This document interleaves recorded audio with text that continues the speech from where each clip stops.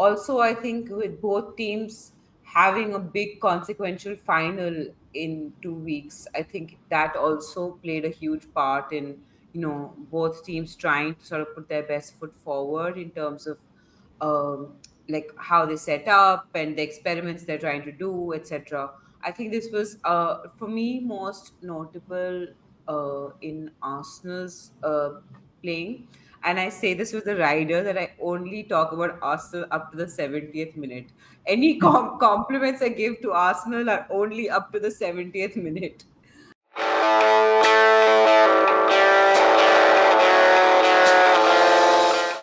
Hello, everyone. Welcome back to another episode of All About the W. My name is Kai. Ash and I are here to review the final match day of the Barclays Women's Super League. Ash, we made through an entire season of the WSL. Can you believe it? Yeah, congratulations to us. I I feel like they would. I wish there was a more exciting season of the WSL that we had been through, but like this channel is now officially a season old. So that's pretty impressive on our parts. Yeah, I'm actually a little surprised that we made it to the end of the first Yeah, season. yeah. Same here, same here. Honestly, I Yeah, am. Yeah.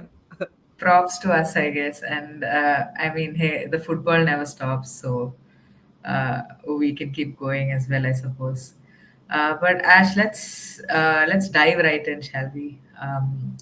But oh yeah, before that, a reminder to everybody to subscribe. Those who are watching, because we are at like 420 subscribers, so we really want to hit that 450 mark, maybe even 500. Who knows? Before the FA Cup and the Champions League and all of that. So that would be a lot of fun. So yeah, make sure you subscribe to the channel. You also leave some comments.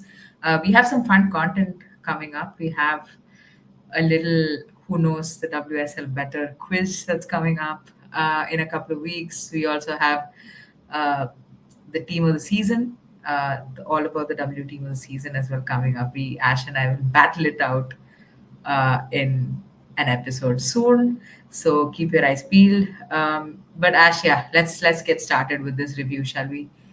22. Yes, Yeah. Uh, oh my the God, first. Arsenal. Yeah. Yeah, let's start with the Arsenal versus Manchester United game that happened at the Emirates, which finished 4-3.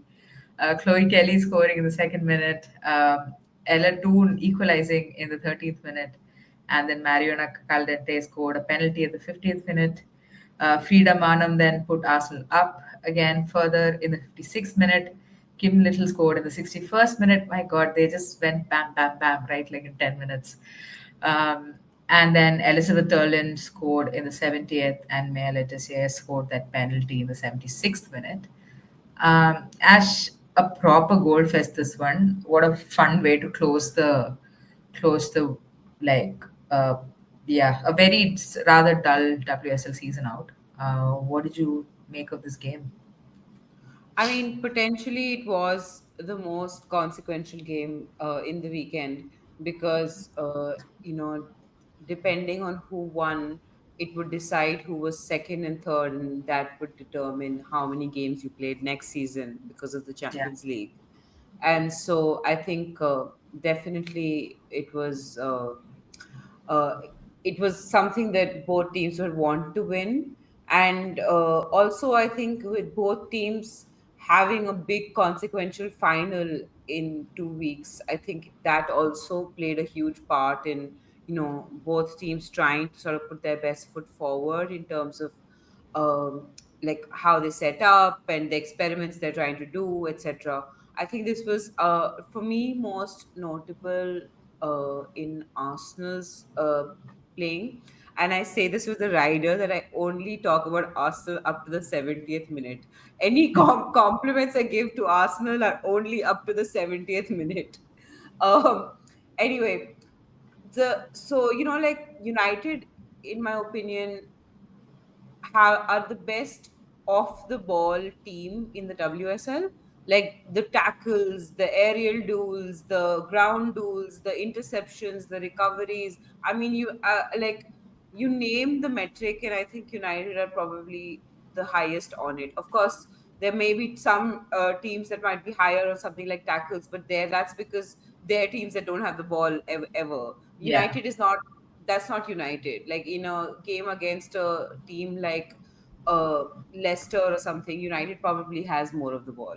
So, I think United are possibly the best off the ball workers, and I did feel like Arsenal went toe to toe with United, at least in the first half and like a little bit of the second half.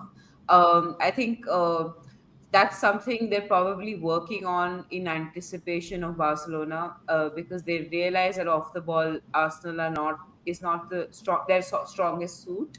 So Yeah. I can see it like the ground duels, for example. Arsenal had 39 and United had 38. So to keep up with United in any metric on defense, I think for Yeah. Arsenal in that sense is a plus. Um, I will say that they. I mean, obviously, you can't compete with them aerially. United are much better aerially, and the second thing I would kind of say is there was a rare mistake by Fallon Joy for the first goal. Like it was, I think she just sort of like fumbled the ball, and then like obviously Chloe Kelly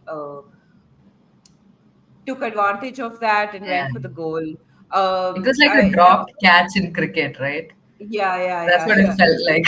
Yeah, little bit like that. But I Yeah. think overall United, like when they were 4-1 down, I didn't expect them to come back at all. I thought it was Arsenal all the way, and really Arsenal were playing amazing.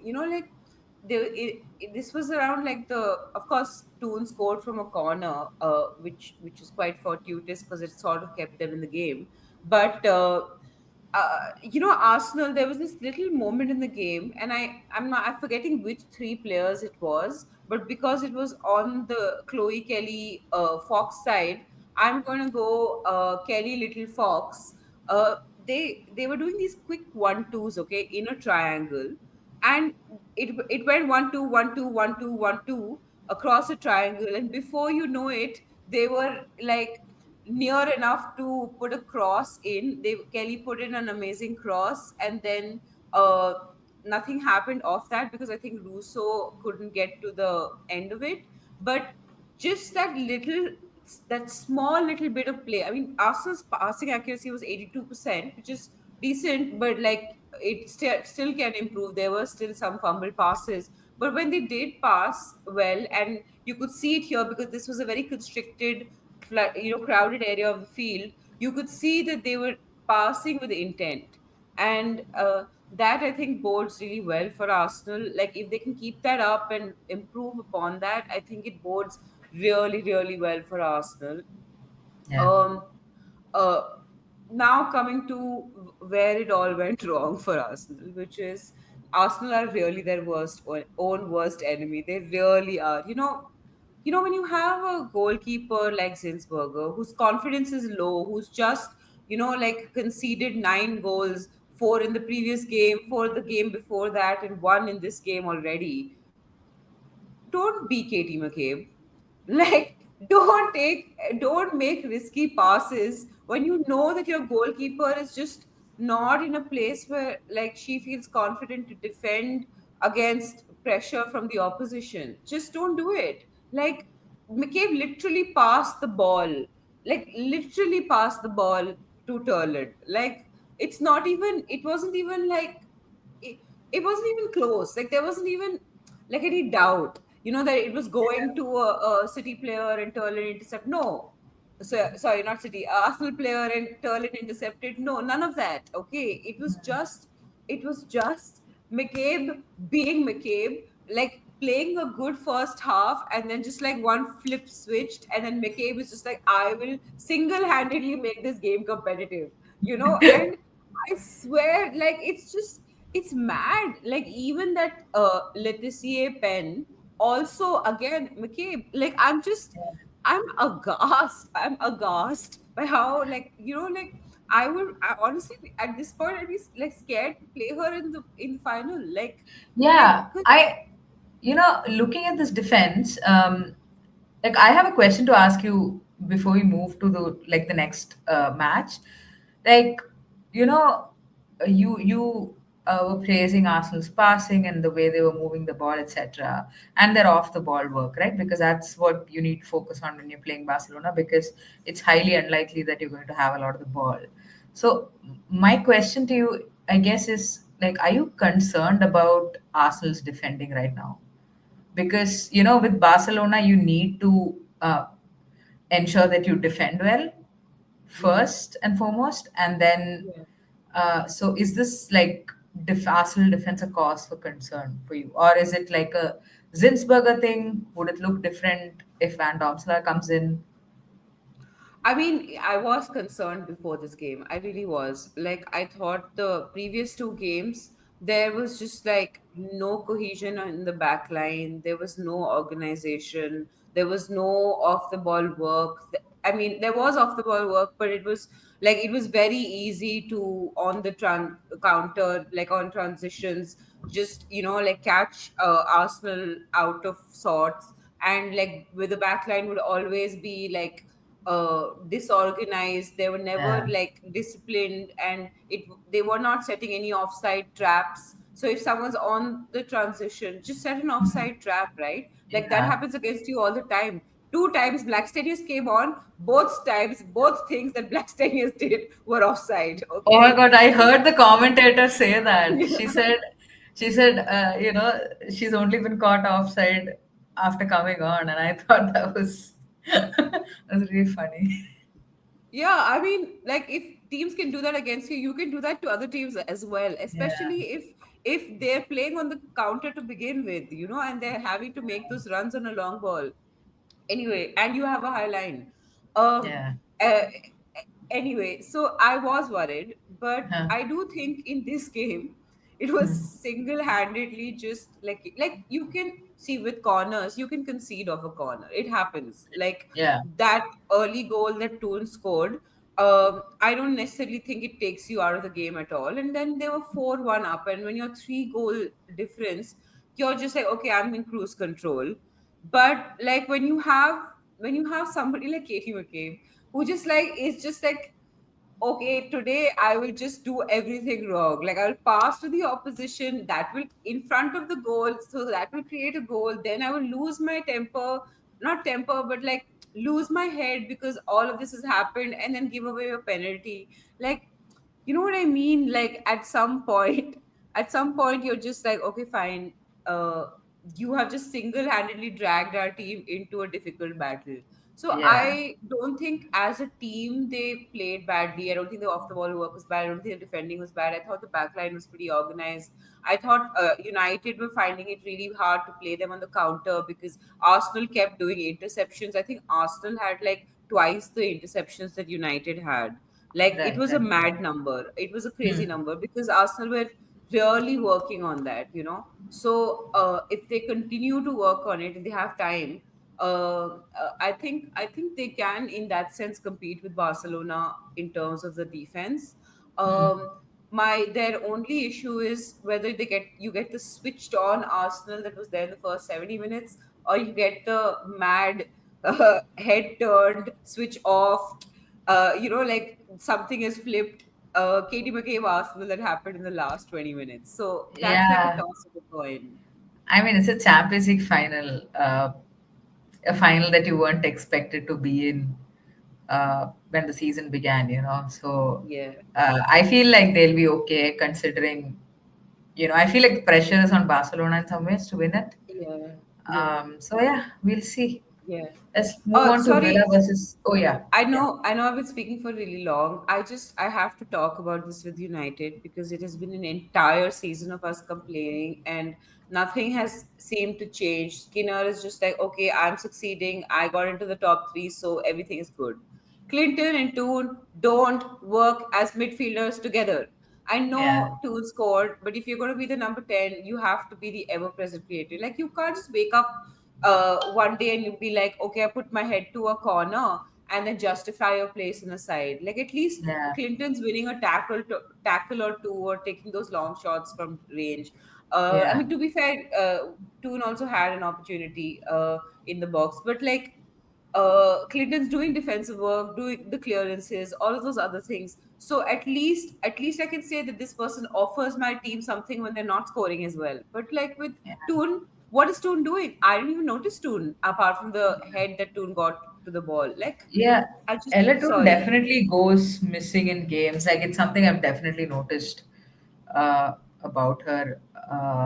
I mean, she does. I think she's integral to United's press, etc. But like you said, the number 10 has to be like the source of creativity. And if you're not providing that, if you're not getting sufficient touches on the ball and doing the work, then yeah, it doesn't. I mean, I completely agree with you. Honestly, I feel like a lot of people will disagree with us in terms of like. I'm not going to deny that Ella Toon definitely has like moments of brilliance. Definitely Yeah, does. She's a big game player. All of that is true. But at the same time, yeah, this going missing in games and just a general lack of consistency. I think with yeah, Grace Clinton, what you've seen like last year and even this year, she's just gone from strength to strength. Like she has been, even in a midfield that shouldn't work, she still somehow is making it work. Like I was just looking at her numbers today, and her defensive numbers are absolutely insane. um, and so like I genuinely do feel that she can play the eight like in a double pivot really well. yeah. um, but again the question is how then do you figure out your tactics to accommodate both Toon and Clinton is something Skinner really needs to figure out because they're both good players. So yeah. Yeah. Anyway, coming to the next game, Villa versus Brighton, in ended 3-1. Uh, a good season for both Villa and Brighton. Salmon scored in the 5th minute, Daly scored in the 44th minute, Pacheco scored in the 74th minute, and then Parish scored in the extra time in the 90 plus 4 minutes, the 94th minute, basically. How do you feel about this one? Brighton having troubles traveling again. Uh, Yeah, Brighton struggling on the road in the last game of the season as well. But yeah, I mean, honestly, really, really happy for Villa. Like a month ago, they were in a relegation battle, and now they finished in the top half of the table. So that is really something. I think it's a real, like a proper example of what momentum does to a football team. yeah. Uh, I feel like that's all that is. It's just momentum. But of course, I don't want to take anything away from Villa players or from the manager. But yeah, I think I just want to highlight a few things. First is how Chastity Grant's role has changed in that Villa team. Like, she plays now in the midfield. Like, I mean, she was playing as a right winger in a 4-3-3 system before, and now she's on that like wide player in the midfield. And or at least that's what like on paper you see, but what you see during games is her just like drifting into the middle a lot, and her back to goal play is something I've been really impressed with in the last 2 or 3 games. She occupies this more central role, and I didn't, I saw Chastity Grant a few times last season when she was playing with Ajax because we were Chelsea and Ajax were in the same Champions League group. So I saw her play a handful of times, and she always, I think, played either on the right wing or as a right wing back. So like I didn't really know that she had this in her locker, and it's really good to see that because I feel like that has been crucial to Villa scoring a lot of goals. um, but yeah, I hope Arroyo uses that a lot more in the Yeah. upcoming season. But yeah, I mean, this match was apart from that, like it was a pretty even match. Even though it's like a 3-1 score line, you feel like it was maybe like Villa were dominating, but that really wasn't the case. Like Villa were like Brighton as usual had the ball a lot. Villa was slightly better, in my opinion, because you know with like a team like Brighton, when you're not moving the ball fast enough, and it's just possession without anything. Um, like when you're playing against a team that is so direct like Villa, with like using Salmon space, using Chastity Grant space, you always feel like they're doing slightly better. Maybe I'm not sure, but they are so direct, and I'm really glad that they're kind of using that to their advantage. From like a Brighton perspective, I felt like they were a little unlucky. There was this one ridiculous thing that happened during the game. I can't remember when, but basically, Kiko Seke shot. It went off the post, fell to Fran Kirby. She shot the ball, and it went off the other post. Like, that is so unfortunate. um, but yeah, I mean, I think Brighton's biggest issue was that like that, and we've seen this time and again, that overall quality in the final third was lacking a little bit. Like Paris and Seke were making runs that the midfielders missed, and they all seemed a little out of sync. Like, so I want to ask you this because we've been saying this about Brighton so often, where they have a lot of the possession. I mean, against everyone except the top four, maybe they have a lot of the possession. They have all of the opportunity. They have a lot of opportunities, but like in the final third, something is missing. And like, is it Tikita Parish? Is it is it just the way the team is organized? Like, what is it that causes that clinical lethal edge to be missing? Because the way they play is so attacking, you would think that they would have that penetration. Yeah, I think there are a couple of things. I personally think Brighton need another striker. Like I like Nikita Parrish, like I like her movement in the box, but I don't think she is the most clinical of strikers. I feel um, like technically there are times when I feel like her first touch is not great. Sometimes she needs to take that extra touch and then the chance is gone. Things like that. But generally her movement in the box is really good. I think with the Brighton front line, I feel like consistency has been an issue in terms of Yeah. who's been playing. Like Madison Haley was playing on the right wing for a while. We started the season with Seke playing in the front line, and then Haley was preferred for a while. On the left hand side, you had Ajimang who comes in and out. Sometimes Bruna was playing. So Paris has been the only person has been the only constant in that attacking line. And from time to time, you also had Paulina Bremer who was playing. So like your team, this is just a 22 game league. You need a little bit of consistency for these things to work out. So I do think um, if you look at the top five teams, including Brighton, I feel like Brighton is probably the team that has had the most number of changes, and this is not just up front. This is in the midfield as well and at the back. So I think Vidosic did experiment quite a bit with the whole squad that he had, and I Yeah. think that might be one reason why it was a bit out of sync. And honestly, like I also feel like Seke is a great player. I feel like she's a bit. Like if she brings a little more consistency to her game, because in the beginning of the season she had a flying start, and then in the middle it just dropped off, and now towards the end of the season she's like found her form back. So if she can like maintain that for like a better, like for a longer period in the season, I think they really do have like a really good player on their hands.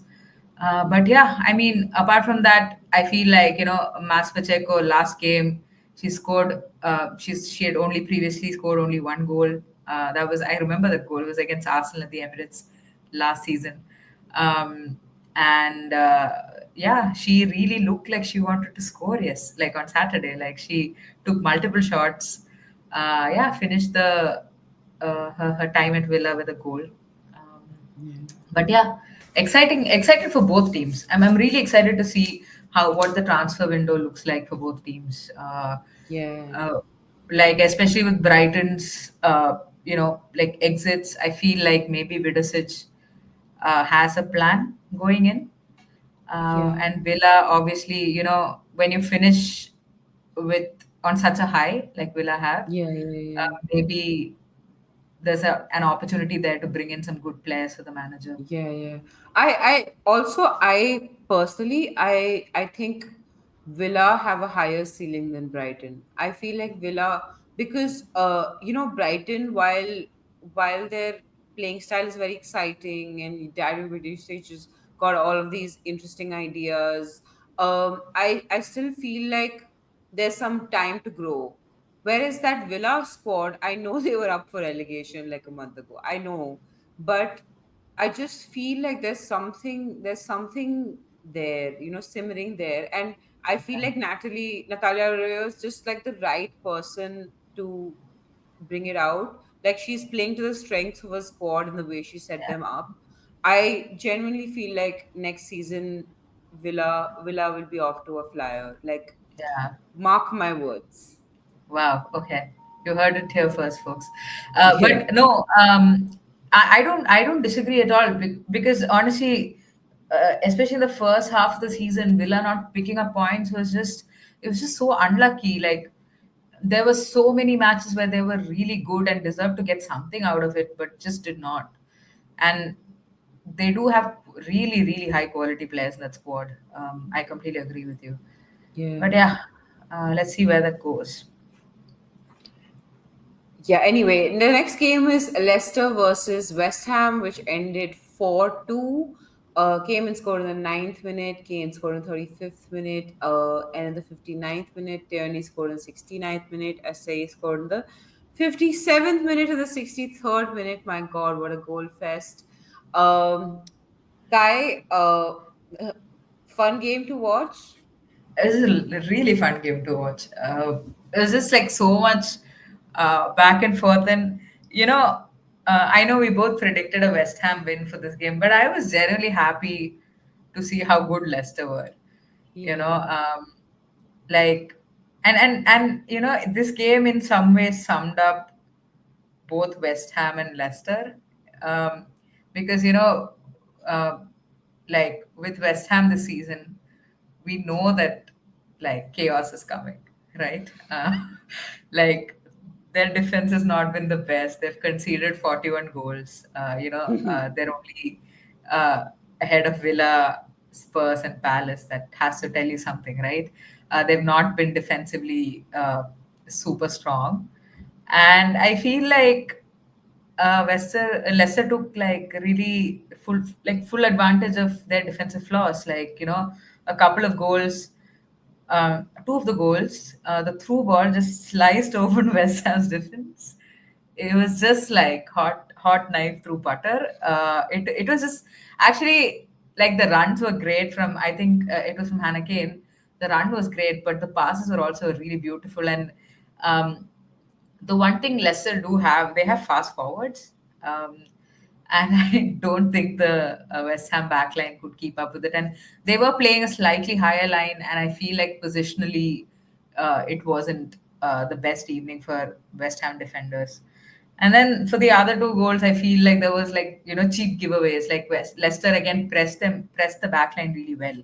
So yeah, again West Ham defender passing straight to a Leicester player, stuff like that.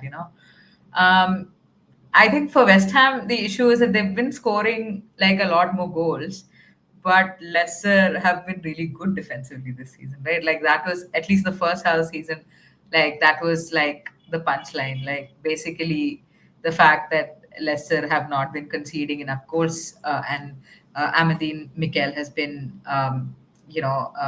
ensuring that they're tidy at the back.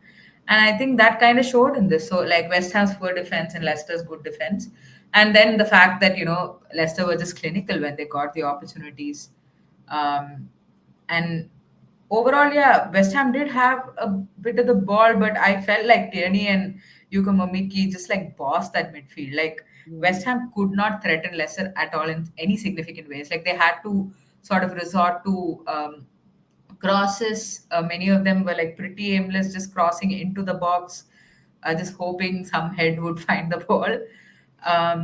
But yeah, I mean, one shout out to Vivian Asai. I feel like I'm a big fan of Vivian Asai. I Yeah. feel like Yeah. yeah, she's just been with West Ham for a while now, scores goals. Yeah. What a brilliant free kick from her. Good stuff. Yeah, great game to watch. Yeah. Yeah, I can imagine. Like, I don't think any it Leicester scoring 4 goals was not on my bingo card. But oh well, it happens, I suppose.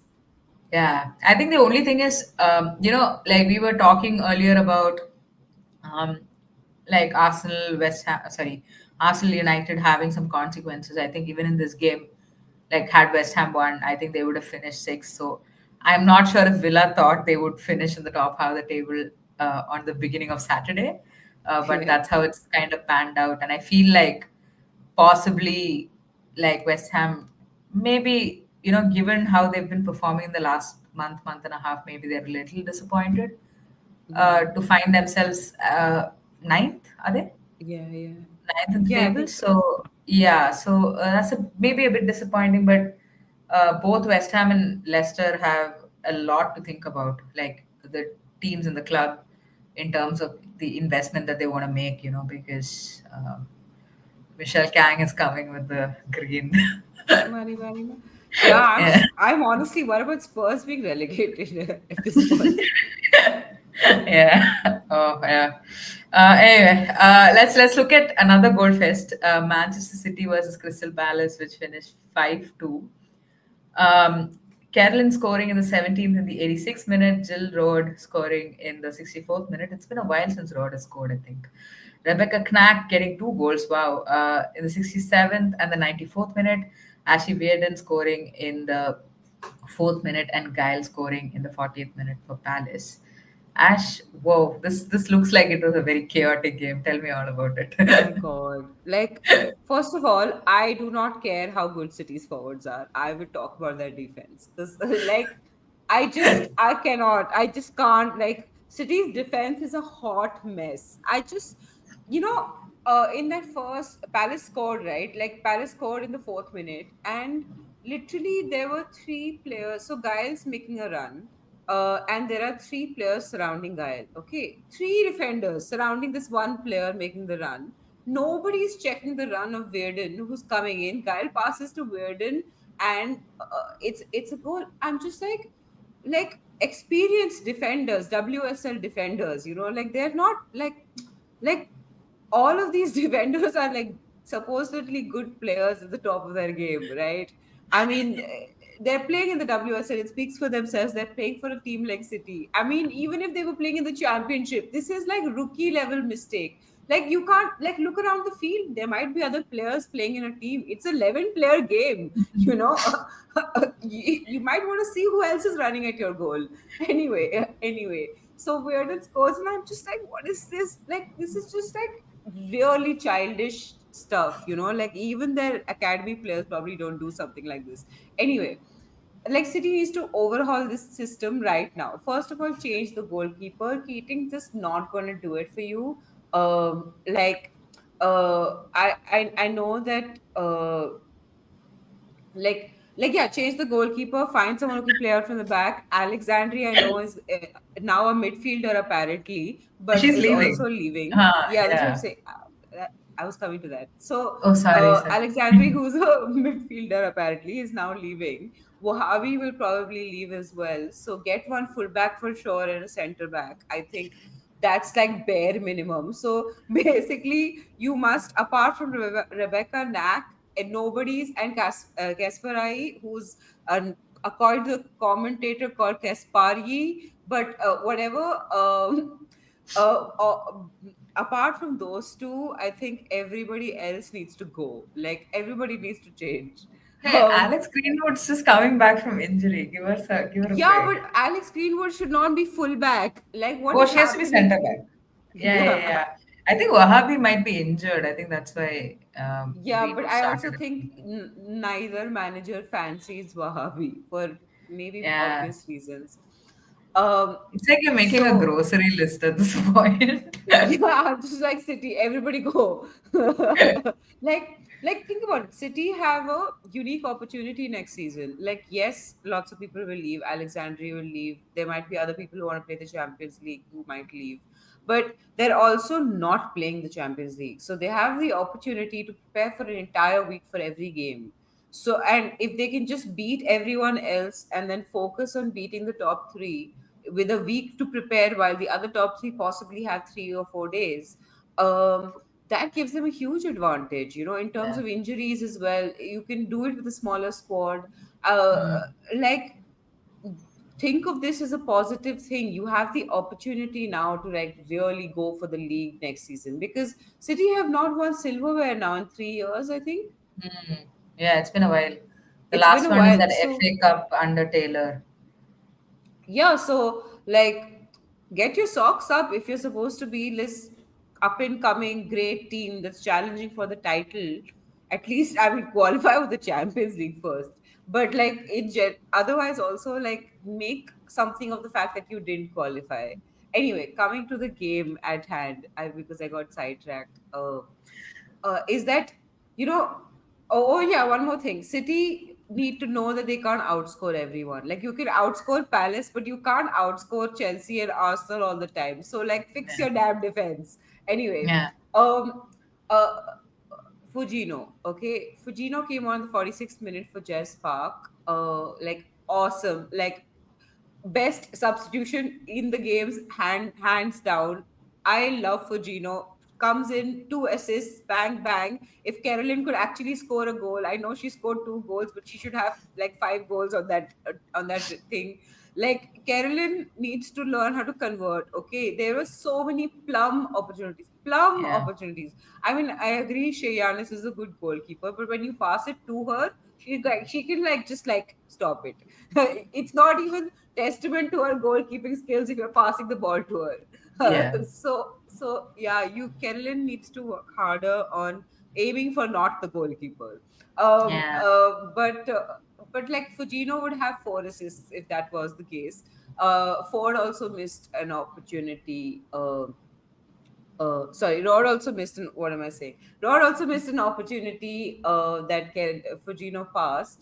So yeah, like, Fujino was great. Everything was coming off of Fujino. All the creativity, Fujino. Like, even like, I know Hemp was playing, and I know Hemp had that offside goal. Another thing about the offside goal, camera work. My God, Hemp is not even in the frame, not even in the picture.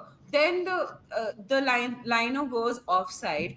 After that, you have time. The game has not restarted. Show a replay from a different angle. No, how hard is it? You have at least 3 angles. At least show the one that has like Hemp's head somewhere. Like, at least we should know where Hemp was when the ball was passed to her. Like, this is a bare minimum. Otherwise, who can believe it's offside? Basically a Schrodinger's offside. No, you don't know if it is or if it isn't until you show Hemp's head. Anyway, um, uh, so yeah, Fujino's great. Coming to Palace. Palace, I love, this is why I love Crystal Palace, and I feel sad that they're being relegated, because when you're 2-1 up against City, any other logical team would be like, okay, 10 people behind the ball, we're going to protect this lead because we're not going to be able to outscore City. So but Crystal Palace is like, screw that, we're getting relegated anyway, and then it's like, we're going to play. And it was so much fun to watch. It made the game so much better, even though, like, obviously then they conceded like 3 goals after that, which is sad. But like, what else, like, you're playing the final game in the WSL, you might as well enjoy it. Yeah. um and like, there are lots of players that will land on their feet, like Stengel and all will probably land on their feet. But the one player that I would like to make a bid for, if there's a WSL team listening, Shea Yanis. Okay, Shea Yanis has been an excellent goalkeeper the whole season. I know that she's not like Brosnan, and she's not like Fallon Tullis Joyce and all, but she's an excellent short stopper. She may not be the best at passing out from the back, but her distribution is decent even otherwise. Like, when she's passing it long ball, it generally hits the a Palace head. So so like, take that with a pinch of salt if that's somehow a way you want your goalkeeper to play. I think she deserves to stay in the WSL. I think she's done enough to prove that. Yeah. Just this one game, like, I admit I went on a long rant about how Carolyn was passing the ball to her, but she also, in some of those Carolyn attempts, had a few good saves, and in general, I think had a good few saves in this game.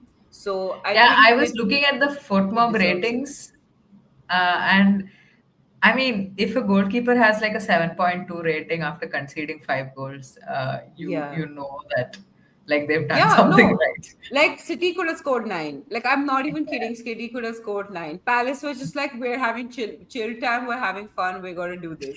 Okay, so like without Shreyanis, it would have been like 9-2 or something. It would have been mad. It would have been like a cricket score. So yeah, like I hope that some team somewhere considers Shreyanis, because I think she deserves to play in the WSL. The championship is not where she belongs. Hmm. All right, not the championship as WSL two. Yeah, that. Sorry. Yeah, we will talk about that later in another episode, maybe. Yeah. All right. Oh, anyway, let's come to the next game, which is Chelsea versus Liverpool, which ended 1-0. A snooze fest, if I ever heard of one. ABJ scored in the 91st minute. Guy, what Yeah, do you make of this? it was a boring game. Like, like the last three games we've had, the one against Spurs, the one against United, like someone finally scoring a goal after Chelsea keep knocking on the door, like not creating really good chances, just creating something. It's yeah. I mean, to be fair, we saw the return of the back three in the first half because Bjorn is, I guess, 45 minutes fit. So Sonia was like, "Hey, we have three center backs. Let's put them all and see what happens." Yeah, I thought Liverpool were good in the first half. They were defending well. They stayed compact. They were trying to do the usual unlock Olivia Smith pass to their right wing. They kept trying to do that. It didn't. I mean, it did pan out once, maybe. But I think the ball kind of got caught under Smith's feet. That's what happened. Yeah, second half, Chelsea were attacking, waves of attack from Chelsea. Liverpool just had like six shots with one on target. Chelsea were not like a whole lot better. I think we had like 12 shots with four on target. So you can tell how the quality of the game where it was. Um, but yeah, I mean, at the end of it, it was nice that we were like Aggie scored the goal because she's a Cobham kid, Yeah. scoring that Doesn't like winning goal. doesn't she have like 10 goals now in the WSL? Something like Yeah, that, I right? think she 11 has goals. nine goals in the WSL, and she's like Chelsea's top goal scorer with like 12 goals or something across Huh. all So yeah, in competitions. total, that's what I was thinking. 12 goals in the season. Yeah, so yeah, I mean, Bright and Naomi Gurma had good games, which is good because we did pay $1 million for Gurma. It's good to see that Yeah. she's like settling in. Yeah, all I want to say is like obviously Sony is experimenting a little bit, which listen, I respect. This is the time to experiment. But like I do not want to see the back three in the FA Cup final. I will be livid if I see the back three. Just don't want it. It's okay. It's okay. Just bench one of them. It's fine. Whoever it Yeah. is, it's fine. That's all. And yeah, we won the WSL. Oh, Yay. we are invincibles. Yay. Oh, Uh, yay! yes. Nobody even mentioned it in the same name as Chelsea, because Chelsea was so terrible the last half of the I season. know, like, I feel like since Barcelona, like, nobody wants to praise Chelsea, and that's really sad. Yeah. I feel like, when we look back on the season, like, I've seen Chelsea women's team have better seasons, definitely. Yeah. Like, Yeah. even a couple of years ago. So, this is not like Chelsea's best season I have seen, but I still think it takes a lot of grit to win pretty much every game, not lose a single match in the league. Yeah. So, yeah, credit to the team. Good, Yeah, like, I also think that, like, I, I think there is an agenda here, in the sense that if people talk about Chelsea too much or praise Chelsea too much in the WSL. I mean, they don't particularly deserve the praise depending on how they've been playing in the second half of the season. But like putting all of that aside, I also think that people are afraid that everyone will just call the WSL a farmers league. And that's why they're just like, oh, if we talk about Chelsea winning for like the sixth time in a row, everyone will just be like, oh yeah, of course Chelsea won the league, you know? Yeah, I mean, honestly, the league has never looked like a farmers league more.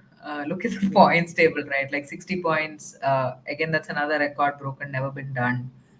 Um, yeah, I mean, it just needs to be more competitive. We discussed this, right? Like, Hmm. different teams had their own problems. And yeah, definitely Chelsea won the league in the first half of the season, not the second half. And the fact that sometimes I feel like the fact that West Ham and Brighton and Leicester actually took points over Chelsea is actually pretty impressive. Yeah. So yeah, I mean, it's. I feel like when we look back on the season, maybe once the dust settles, when this Barcelona, a ghost of Barcelona is not hanging over our heads, maybe we'll appreciate it a little more. Yeah, Yeah, yeah, but let's move on to Everton versus Spurs. Ash finishing 1-1. A really tough season for Spurs, obviously. But tell me about this game. I know you don't have a whole lot to say. yeah. I mean, like, obviously, it was one of those, like Sari scored in the 11th minute and Spence scored in the 30th minute, and it was kind of like even Stevens throughout the game. I will say this: it was a missed opportunity, I think, for Everton to get past their local rivals, Liverpool. I think they would have liked to do that, especially considering the form that Everton have been in the second half of the season, especially since Kelly Gargo joined them.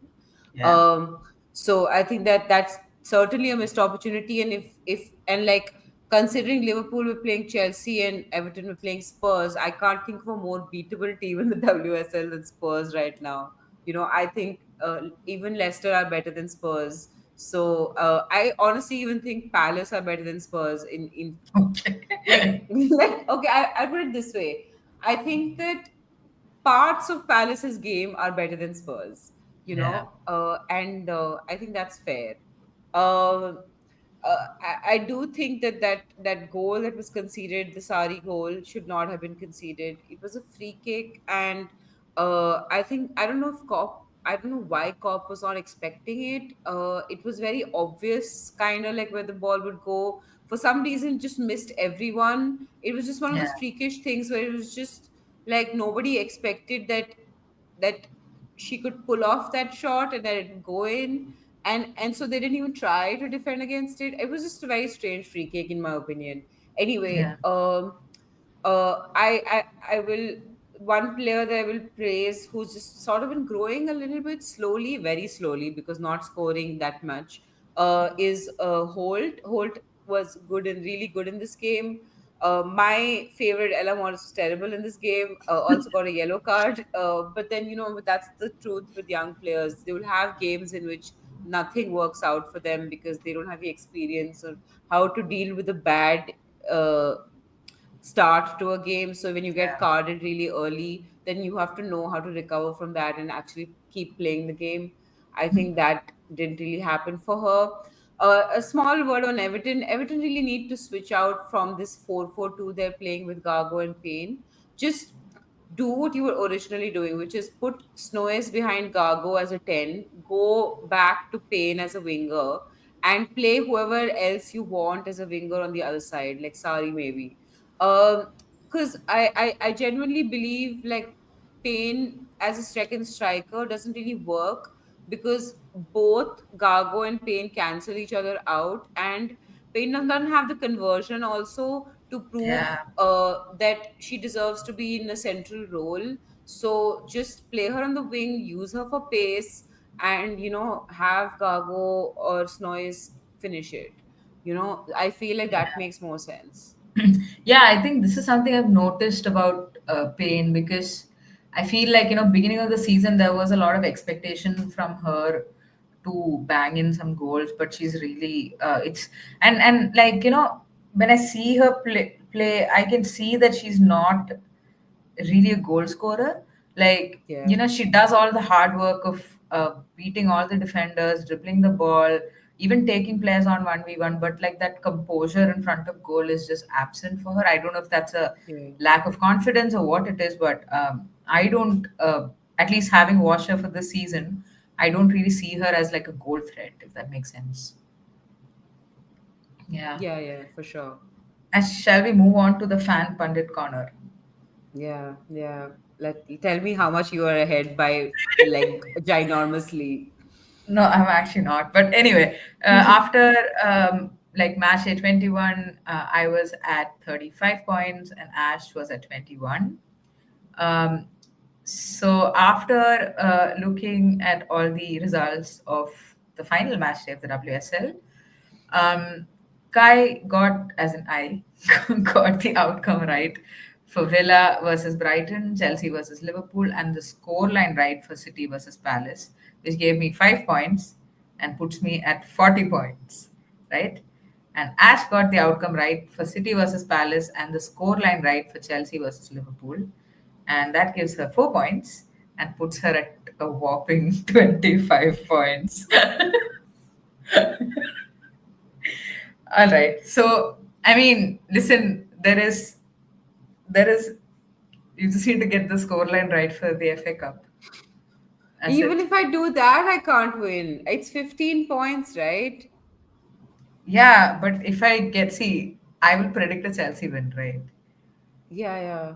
If United win and So you so get the then I have to scoreline right, predict it to be United and I have to predict it to be like, but then a even then scoreline. you'll be at 40 and I'll be at 40 and I can only tie you at best.